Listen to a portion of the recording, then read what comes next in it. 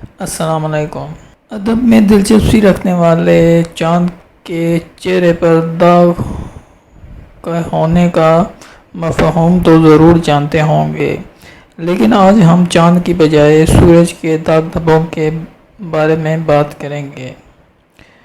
سورج میں بھی داغ دھبے ہوتے ہیں جو زیادہ تر دوربین کی مدد سے مخصوص قسم کے حفاظتی شمسی فلٹر کو استعمال کرتے ہوئے دیکھے جا سکتے ہیں، لیکن جب یہ دھبے بہت بڑے ہوں اور موسمی حالات سازگار ہوں تو بعض اوقات غروب اور طلوع آفتاب کے تقریباً یا قریب یہ عام آنکھ سے بھی نظر آ جاتے ہیں۔ سورج کی سطح پر یہ کالے یا گہرے رنگ کے دھبے سن سپاٹس کہلاتے ہیں۔ ان دھبوں کے بارے میں مزید بات کرتے سے پہلے سورج کی ساخت کا مختصر جائزہ ضروری ہے۔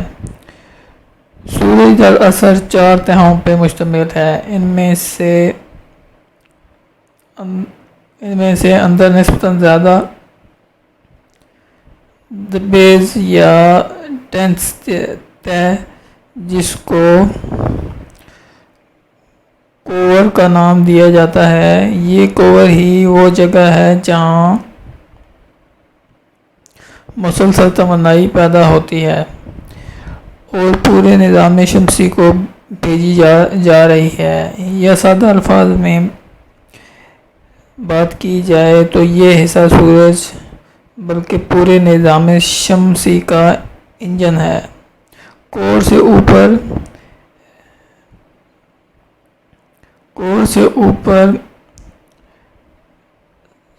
فوٹوسفیر یعنی وہ بیرونی تہہ ہے جو دکھائی دیتی ہے۔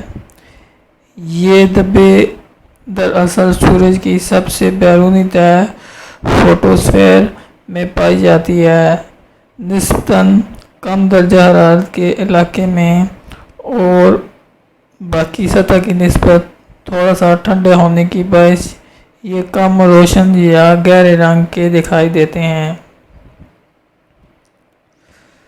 یہاں ٹھنڈے کا لفظ سن کے کسی غلط فہمی میں ہرگز نہ رہیں، کیونکہ یہ آپ کے ڈیپ فریزر میں پڑا ہوا ہے، ٹھنڈا نہیں، بلکہ یہاں اس کا مطلب سورج کی باقی سطح کے مطابق بس تھوڑا سا ٹھنڈا ہے، یعنی سورج کے باقی زیادہ روشنی سطح کا درجہ حرارت 5800 کیلوین ہے اور ان دھبوں میں کا درجہ حرارت 4000 سے تقریباً 3700 ڈگری سینٹی گریڈ ہوتا ہے۔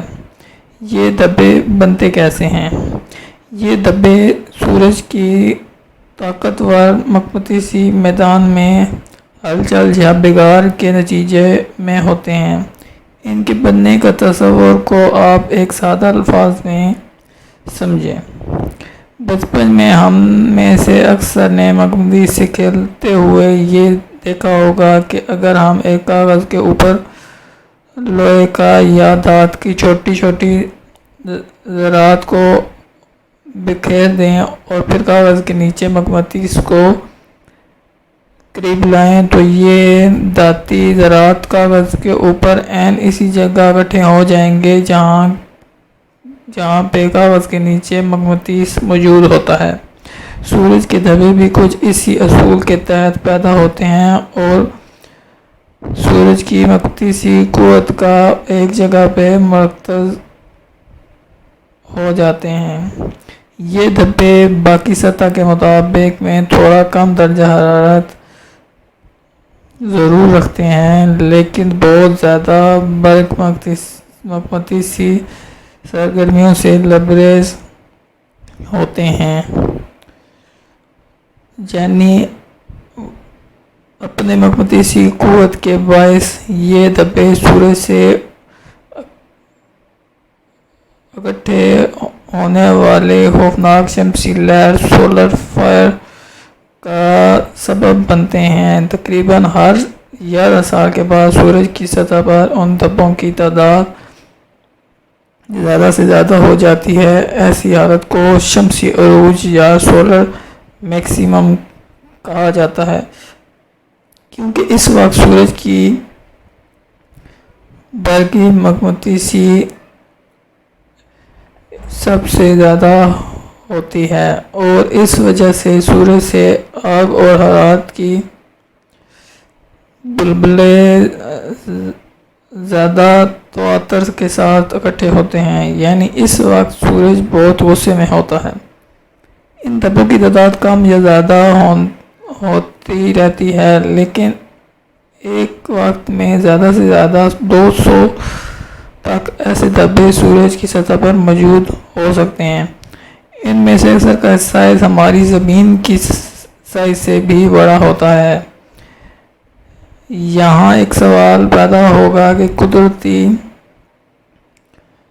شمسی عروج یا اس کے قریب کے سالوں میں سورج پر دھبے بڑھنے کا اثر زمین پر گرمی اور درجہ حرارت بڑھنے کی صورت میں ہوتا ہوگا، کیونکہ ان حالات میں سورج سے نکلنے والی آگ کی لہر بھی بڑھ جاتی ہے۔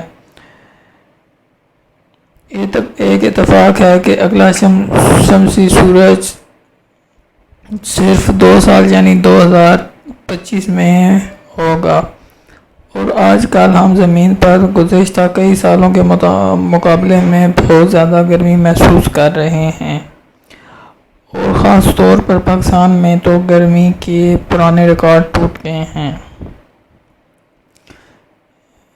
یہ سوال کا جواب ہے کہ سورج کے دھبے بڑھنے یا شمسی عروج کا زمین کی درجہ حرارت پر کوئی خاص اثر نہیں پڑتا۔